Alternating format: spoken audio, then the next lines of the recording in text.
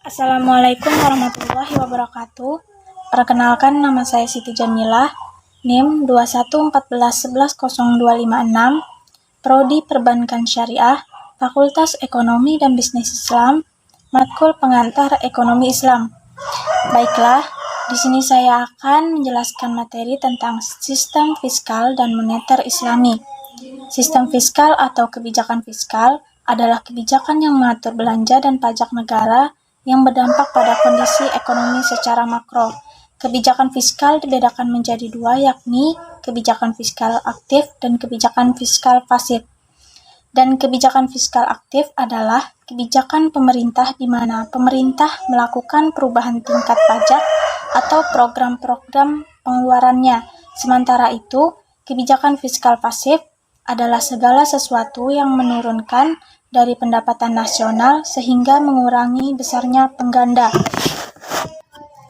Tujuan dari kebijakan fiskal antara lain meningkatkan investasi yang berujung pada peningkatan lapangan kerja, menanggulangi inflasi, dan meningkatkan pendapatan per kapita bagi setiap individu.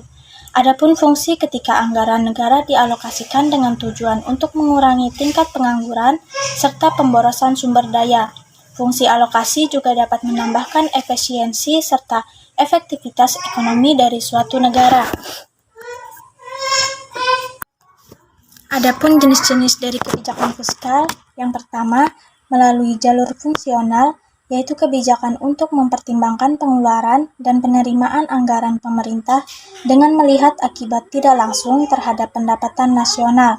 Dan adapun jalur disengaja, yaitu kebijakan dalam mengatasi masalah ekonomi yang sedang dihadapi dengan cara memanipulasi anggaran belanja secara sengaja. Dan selanjutnya adalah sistem moneter Islami. Sistem moneter Islami merupakan subsistem dari sistem ekonomi Islam yang hendak dicapai dalam moneter Islam diantaranya adalah untuk mewujudkan keadilan.